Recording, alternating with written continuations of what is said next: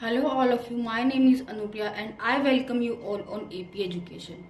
मैं आपको AP education पर NCERT क्लास से हम पढ़ा रही हूँ, जिसके चलते हम आज पढ़ेंगे reproduction in plants chapter number 8। लेकिन उससे पहले अगर आपने चैनल को सब्सक्राइब नहीं किया है तो प्लीज़ सब्सक्राइब कर लें और हर क्लास के नोटिफिकेशन के लिए बेल आइकन को प्रेस करें। So let's start today's class.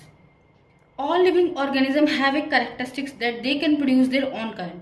सभी लिविंग ऑर्गेनिजम्स में ये कैरेक्टरिस्टिक्स होती है कि वे अपने ही तरह के लिविंग ऑर्गेनिजम्स को प्रोड्यूस कर सकते हैं। This production of offspring from parents is called reproduction. ये जो प्रोसेस है जिसके अंदर पेरेंट्स से ऑफस्प्रिंग्स प्रोड्यूस हो रहे हैं, इसी को हम रिप्रोडक्शन बोलते हैं। हमने समझा कि रिप्रोडक्शन एक ऐसी प्रोसेस होती है जिसके अंदर कोई भी ऑर्गेनिज्म अपने ही तरह के ऑर्गेनिज्म को प्रोड्यूस करेगा और इसी प्रोसेस को हम रिप्रोडक्शन बोलते हैं। ये लिविंग बींग्स के अंदर होती है। Modes of reproduction in plants. Plants के अंदर modes of reproduction, asexual reproduction and sexual reproduction. Plants के अंदर जो मोड ऑफ रिप्रोडक्शन है वो दो तरह का होता है, that is asexual reproduction and sexual reproduction. Asexual reproduction में आ जाएगा vegetative reproduction, budding, fragmentation and spore formation. Asexual reproduction जो है प्लांट्स के अंदर वो चार तरह का होता है और चार तरीके से वो हो सकता है। ये फर्दर डिवाइड होंगे और अनदर पार्ट्स के अंदर। उसी में से जो फर्स्ट पार्ट है वेजिटेटिव रिप्रोडक्शन, वो भी दो तरह का होता है। इसको हम बोलते हैं vegetative propagation, that is natural and artificial. Naturally किससे होगा? स्टेम्स, रूट्स, लीव्स से होगा और आर्टिफिशियली कटिंग और ग्राफ्टिंग से होगा। Plant have two kind of parts. जो भी प्लांट होता है उसमें दो तरह के पार्ट होते हैं, एक तो होंगे वेजिटेटिव पार्ट्स, दूसरे होंगे reproductive parts. Vegetative parts, these are the part of plant that play a major role in the life cycle of plants such as preparation of food, water and nutrients। Vegetative part जो होते हैं वो plant के वो part होते हैं जो कि उसके लाइफ साइकिल के अंदर एक मेजर रोल प्रोड्यूस करते हैं। जो प्लांट होता है वो छोटा होता है, फिर बड़ा होता है, जब तक कि जो उसकी लाइफ साइकिल होती है उसके अंदर जो मेजर रोल प्रोड्यूस करते हैं उनको हम बोलते हैं vegetative part, such as roots, stem, leaves. These are vegetative parts of plant. Reproductive part, these are the part of plant that play a major role in the reproduction process in plants। Reproductive part way plant होते हैं, reproductive part जो होते हैं वे part होते हैं plant के जो कि उसके रिप्रोडक्शन के अंदर मेजर रोल प्ले करते हैं। जो हम न्यू प्लांट प्रोड्यूस करेंगे उसके अंदर मेजर रोल प्ले करते हैं, that is flower and fruits.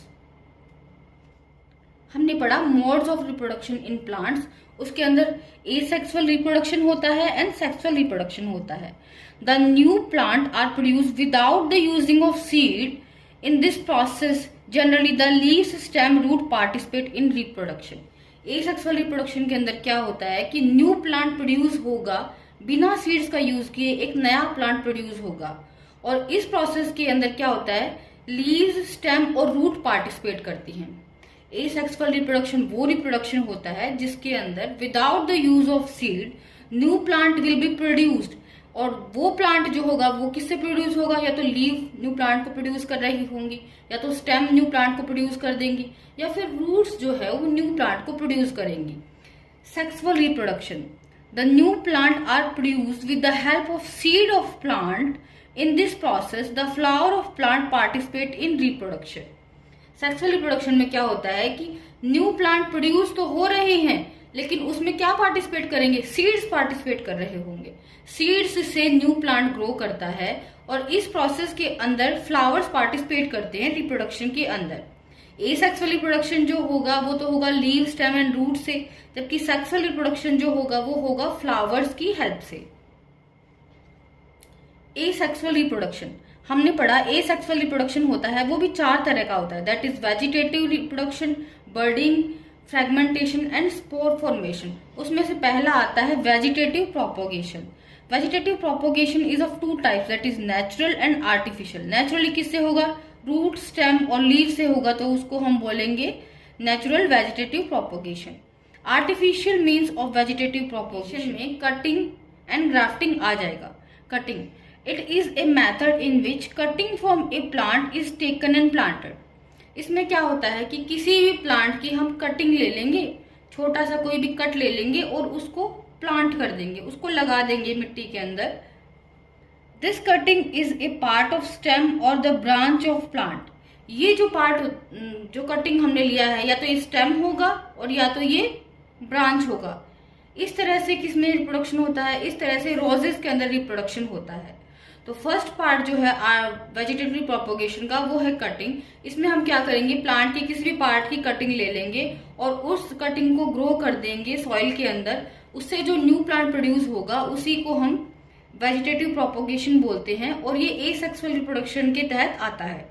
तो इसका एग्जाम्पल है roses. Grafting. Grafting is another type of vegetative propagation. Sometimes two plants are joined together so that both of them can provide the desired characteristics to a new plant. One plant remain rooted in ground which is called stalk. इसमें क्या होता है कि दो plant को एक साथ जोड़ दिया जाता है ताकि दोनों प्लांट के जो डिजायर्ड कैरेक्टर हैं, दोनों प्लांट्स के जो कैरेक्टर्स हैं वो हमें चाहिए, और दोनों प्लांट्स के कैरेक्टर्स अगर एक प्लांट में लाना है तो उसको हम ग्राफ्टिंग की सहायता से लाएंगे। उसमें दो प्लांट्स को जोड़ दिया जाता है, और जो प्लांट जो कि ग्राउंड में होता है उसको हम स्टॉक बोलते हैं। And provide the essential nutrients and water. ये क्या करेगा, स्टॉक जो है एसेंशियल न्यूट्रिएंट्स और वाटर प्रोवाइड करेगा, क्योंकि ये क्या है, नीचे इसमें रूट्स होती हैं।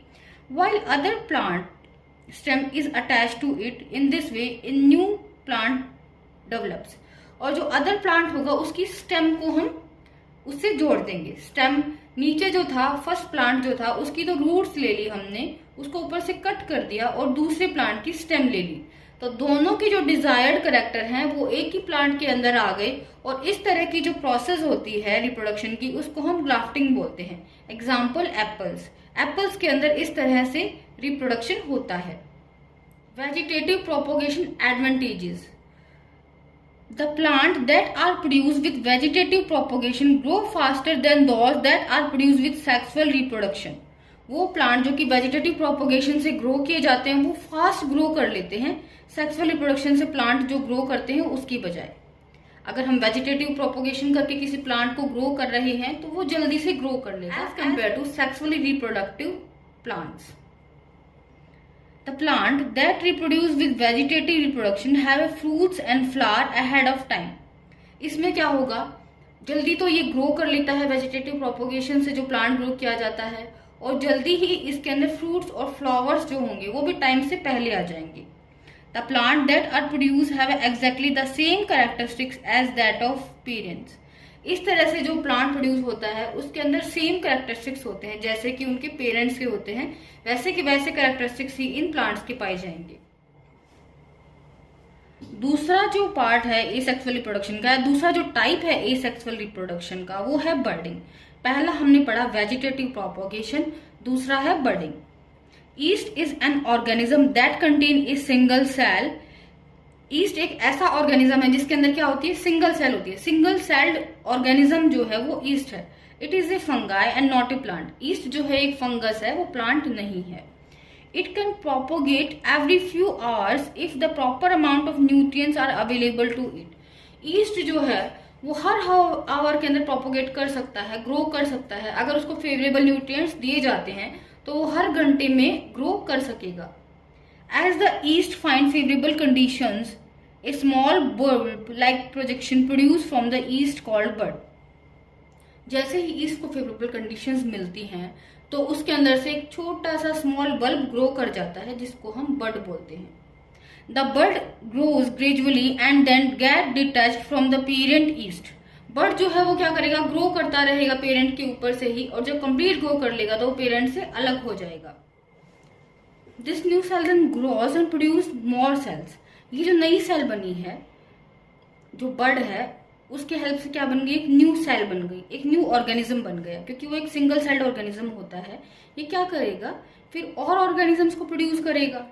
Sometimes a chain of bud is formed which led to production of large number of yeast all together. कभी कभी क्या होता है, एक चेन ऑफ बड बन जाती है, बहुत बड़ी चेन बन जाएगी, और उससे क्या होगा कि लार्ज नंबर में ईस्ट का प्रोडक्शन होगा। फ्रेगमेंटेशन। थर्ड जो पार्ट है एसेक्सुअल रिप्रोडक्शन का, तीसरे तरीके से जो एसेक्सुअल रिप्रोडक्शन होता है वो है फ्रेगमेंटेशन। पहला था वेजिटेटिव प्रोपोगेशन, दूसरा था बर्डिंग और तीसरा है fragmentation. Algae like Spirogyra generally reproduce by the process of fragmentation in which they divide themselves into multiple parts. Algae होती है जैसे कि Spirogyra है, वो इस मेथड से रिप्रोड्यूस करती है, फ्रेगमेंटेशन के मेथड से रिप्रोड्यूस करती है। वो क्या करती हैं, अपने आप को डिवाइड कर लेती है, मल्टीपल पार्ट्स में टूट जाती हैं और हर एक पार्ट, हर एक फ्रेगमेंट जो होता है वो नए एक ऑर्गेनिज्म के अंदर डेवलप कर जाता है। As soon as the algae find enough water and nutrients, it fragments and grows into a new individual. जैसे ही एल्गी को पानी मिलेगा, न्यूट्रिएंट्स मिलेगी, वो अपने फ्रेगमेंट अलग कर लेगी और जो एक सिंगल फ्रेगमेंट है वो एक पूरे के पूरे ऑर्गेनिजम्स के अंदर डेवलप कर जाएगा। This process continues and algae multiply quickly in A short period of time. ये जो प्रोसेस है ये कंटिन्यूसली चलता रहेगा। इस तरह से एल्गी जो है वो क्या करती है, अपने आप को मल्टीप्लाई कर लेती है एक छोटे से पीरियड ऑफ टाइम के अंदर ही। Fourth type of asexual reproduction is spore formation. चौथी तरह से जो एसेक्सुअल रिप्रोडक्शन होगा उसको हम बोलते हैं स्पोर फॉर्मेशन। पहला था वेजिटेटिव प्रोपोगेशन, दूसरा बर्डिंग, तीसरा fragmentation and fourth one is spore formation. Some plant contain spores that float in air and cause asexual reproduction. कुछ प्लांट्स के अंदर क्या होते हैं, स्पोर्स होते हैं और वे एयर के अंदर फ्लोट करेंगे और इस तरह से क्या होगा, एसेक्सुअल रिप्रोडक्शन होगा। Spore has a hard protective cover which protect it from the unfavourable environment condition like temperature and humidity. एक स्पोर जो होता है उसके ऊपर एक हार्ड कवर होता है जो कि उसको अनफेवरेबली जो कंडीशंस होती है एनवायरनमेंट की उससे प्रोटेक्ट करता है, जैसे कि टेम्परेचर है, ह्यूमिडिटी होती है, इससे क्या करेगा, स्पोर को प्रोटेक्ट करेगा, hard covering. As a result the spore can travel long distances and can survive for a long duration of time. इसीलिए स्पोर जो होते हैं वो लंबी दूरी तय कर सकते हैं और सर्वाइव कर सकते हैं एक लंबे टाइम के लिए। As soon as they find favorable conditions such as moisture and nutrients, they germinate and form new plant. जैसे ही उनको फेवरेबल कंडीशन मिलेंगी, जैसे कि मॉइस्चर है, न्यूट्रिएंट है, ये सब मिलेगा, तो वो क्या करेंगे, जर्मिनेट कर लेंगे और एक न्यू प्लांट के अंदर ग्रो कर लेंगे। Example is mosses, fern propagate in this way. Mosses होती हैं, जो फर्न्स जो होती हैं वो इस तरह से प्रोपोगेट करती हैं, इस तरह से अपने आप को रिप्रोड्यूस करेंगे। Sexual reproduction in plant. The flower of a plant are its reproductive organ that participate in sexual reproduction process. Plants के अंदर फ्लावर होता है, वो ही क्या होता है, उसका रिप्रोडक्टिव ऑर्गन होता है जो कि रिप्रोडक्शन के अंदर, सेक्सुअल रिप्रोडक्शन के अंदर पार्टिसिपेट करेगा। The male reproductive part are called stamen. Plants के अंदर जो मेल रिप्रोडक्टिव पार्ट होता है उसको हम स्टेमन बोलते हैं। And the female reproductive part of a plant are called pistil. और फीमेल रिप्रोडक्टिव पार्ट जो होता है प्लांट को उसको पिस्टिल बोलते हैं। Some flower contain either the stamen और the pistil and hence are called unisexual flowers. कुछ जो प्लांट होते हैं उसके अंदर या तो स्टेमन होता है और या तो पिस्टिल होता है, या तो मेल जो रिप्रोडक्टिव पार्ट है वो होगा या फीमेल रिप्रोडक्टिव पार्ट वो होगा, इसलिए उनको हम क्या बोलेंगे, यूनिसेक्सुअल फ्लावर्स, क्योंकि उनके अंदर एक ही सेक्स पाया जाएगा, आइदर मेल और female. Example papaya, cucumber, watermelon and coconut. They have a unisexual flowers. Some flower contain both stamen and pistil are called bisexual flowers. कुछ फ्लावर्स ऐसे होंगे जिसके अंदर स्टेमन भी होगा और पिस्टिल भी होगा, that is male reproductive part भी होगा एंड फीमेल रिप्रोडक्टिव पार्ट भी होगा। उनका एग्जाम्पल है लिली, रोज, ब्रिंजल, पिटूनिया, मस्टर्ड एटसेट्रा। ये सब जो है ये बाइसेक्सुअल प्लांट के एग्जाम्पल है। सेक्सुअल रिप्रोडक्शन क्या होता है, सेक्सुअल रिप्रोडक्शन के अंदर प्लांट का फ्लावर जो पोर्शन है वो पार्टिसिपेट करेगा रिप्रोडक्शन के अंदर, और इसमें जो मेल पार्ट होता है फ्लावर का उसको बोलते हैं हम स्टेमन, जबकि जो फीमेल पार्ट होता है फ्लावर का जो कि रिप्रोडक्शन में पार्टिसिपेट करता है उसको बोलते हैं पिस्टिल। कुछ प्लांट्स जो होते हैं वो यूनिसेक्सुअल होते हैं, या तो उनके अंदर मेल रिप्रोडक्टिव पार्ट है दैट इज स्टेमन वो प्रेजेंट होगा, या female reproductive part that is pistil वो प्रेजेंट होगा। और यूनिसेक्सुअल जो प्लांट्स होते हैं उनके एग्जाम्पल हैं papaya, cucumber, watermelon and coconut. इसके अलावा भी बहुत सारे एग्जाम्पल्स हो सकते हैं यूनिसेक्सुअल प्लांट्स के और यूनिसेक्सुअल फ्लावर्स के। Some flower contain both stamen, कुछ प्लांट्स ऐसे होते हैं जिसके अंदर फूल के अंदर ही दोनों होंगे, दैट इज मेल रिप्रोडक्टिव स्टेमन भी होगा और पिस्टिल भी होगा।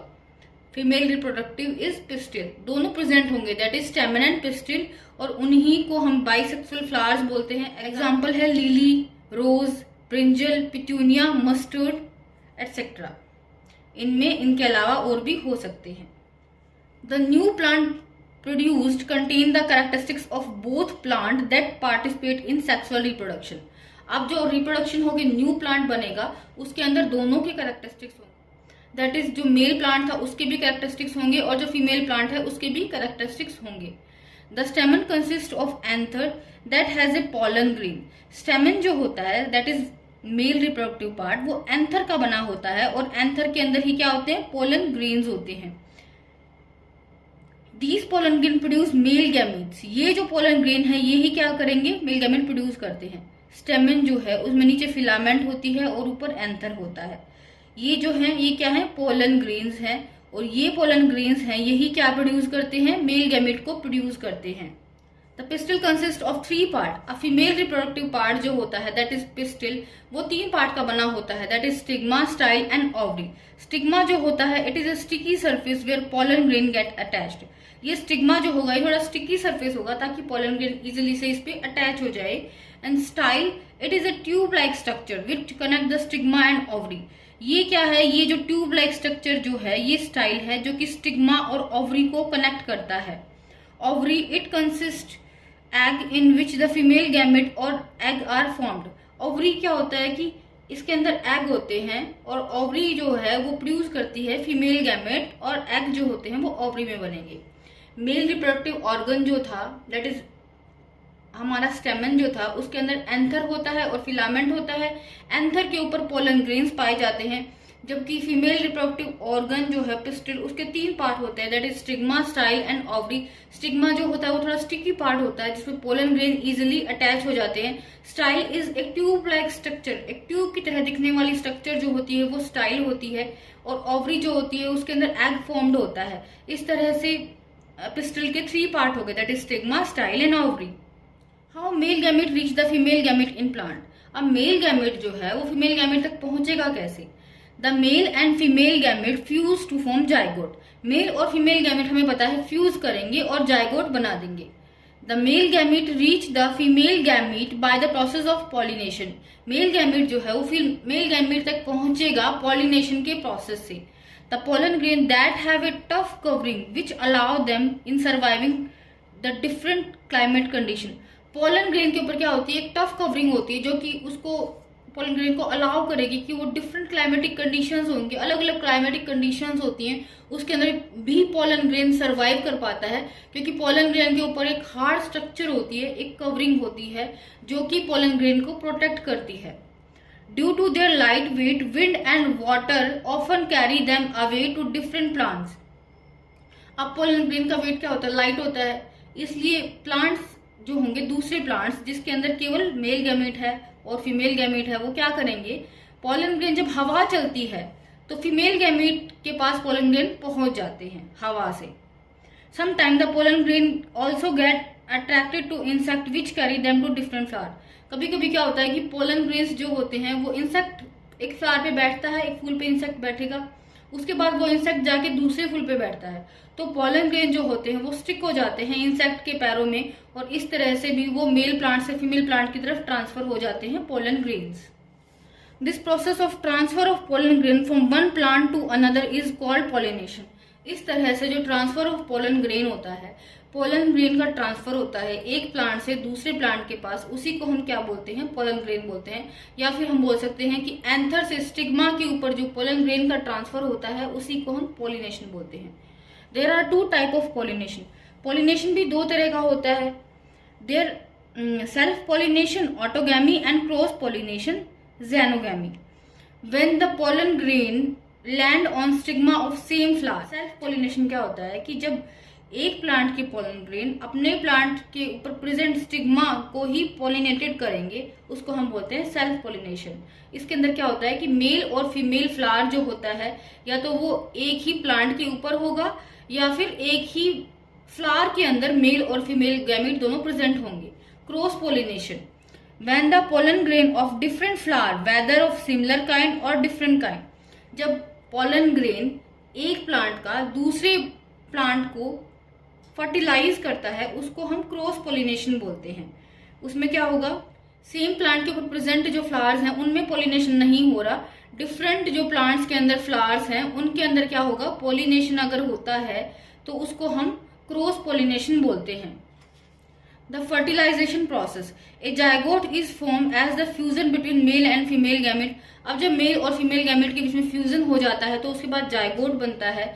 This process of formation of zygote is called fertilisation. ये जो प्रोसेस है जिसमें जायगोट बन रहा है इसी को हम फर्टिलाइजेशन बोलते हैं। Then the zygote develop and turn into an embryo. Zygote क्या करेगा, डेवलप होकर के एम्ब्रियो में कन्वर्ट हो जाएगा। How fruits and seeds are form, fruits and seeds कैसे बनते हैं। After the fertilisation process the ovary of flower grows and develop into a fruit. जब फर्टिलाइजेशन प्रोसेस हो गया है उसके बाद ओवरी ही क्या करेगी, वो फ्लावर के अंदर ग्रो करेगी और एक फ्रूट बन जाती है। ओवरी से ही फ्रूट बनता है। The remaining part of flower fall of, और जो रिमेनिंग पार्ट जो है एक फूल का वो गिर जाता है। ओवरी से तो क्या बन जाएगा, फ्रूट बन जाएगा, और जो रिमेनिंग पार्ट होता है उसका दैट इज कलरफुल, जो भी उसमें पत्तियां वगैरह होती है वो सब क्या करेंगी, फॉल ऑफ हो जाएंगी। The ovule develop and form the seed of fruits, और ओव्यूल जो होगा वो फ्रूट का सीड जो होगा उसका फॉर्मेशन करता है। ओवरी से फ्रूट बना और फ्रूट के अंदर जो सीड होता है वो ओव्यूल से डेवलप होता है। The embryo is enclosed into seeds. Embryo जो होगा वो सीड के अंदर एनक्लोज होता है कहीं पे, मतलब कि जो हमारी ओवरी थी उससे हमारा फ्रूट बन गया। ओवरी के अंदर ओव्यूल जो होता है उससे सीड्स बन जाते हैं और सीड्स के अंदर ही कहीं पे एम्ब्रियो एनक्लोज होता है। Some fruits are fleshy and juicy such as mango, apple and orange. Some fruits are hard like almonds and walnut. कुछ फ्रूट तो क्या होंगे, जूसी होंगे, जैसे कि एप्पल है, मैंगो है, दीज आर जूसी फ्रूट्स। और कुछ फ्रूट होते हैं वो हार्ड होते हैं, जैसे कि बादाम है, अखरोट होता है। What is seed dispersal? Seed dispersal क्या होता है? The transportation of seeds from the parent to different places is called seed dispersal. Parent plant से डिफरेंट प्लेसेस पे जो सीड का फैल जाना होता है उसी को हम सीड डिस्पर्जल बोलते हैं। Seed dispersal allow growth of the same kind of plant in different region. Seed dispersal की वजह से क्या होता है कि अलग अलग रीजन्स के अंदर सेम प्लांट ग्रो करेगा, क्योंकि सीड जो है वो डिस्पर्ज होके फैल के उस जगह पे चला गया है, तो उसकी वजह से क्या होगा कि वहां पे वो भी प्लांट ग्रो कर जाएगा। इसलिए ही सेम प्लांट अलग अलग रीजन्स में ग्रो करते हैं। This is helpful because it minimizes the competition for food, sunlight, water and minerals among the plant of same kind in the same area. ये हेल्पफुल होता है क्योंकि ये कम करता है किसको, कंपटीशन नहीं होता फूड के लिए, सनलाइट के लिए, वाटर और मिनरल्स के लिए प्लांट्स के बीच में। क्योंकि क्या हुआ, सीड डिस्पर्स होकर दूसरी जगह चला गया है, तो सिर्फ एक प्लांट जो एक जगह प्रेजेंट है वहां पे दूसरा प्लांट ग्रो नहीं करेगा, उससे दूर ग्रो करेगा, तो उसकी वजह से प्लांट्स के अंदर कंपटीशन नहीं होता मिनरल्स का, वाटर, सनलाइट एटसेट्रा, जो भी उसकी नेसेसिटीज हैं उनके लिए कंपटीशन नहीं होता प्लांट्स के बीच में। It also allow them to grow in different habitats. ये क्या सीड डिस्पर्जल की वजह से क्या होता है कि प्लांट जो होंगे वो अलग अलग हैबिटेट्स में भी ग्रो कर जाते हैं, क्योंकि सीड जो है वो डिस्पर्स होके उस जगह पे पहुंच गया है। So this was all about today's class and chapter number 8 जो है वो हमारा कंप्लीट होता है। आई होप आपको चैप्टर अच्छे से समझ आ गया होगा। अगर चैप्टर समझ आया है तो प्लीज चैनल को लाइक, शेयर एंड सब्सक्राइब करें और हर क्लास के नोटिफिकेशन के लिए बेल आइकन को प्रेस करें। Thanks for watching.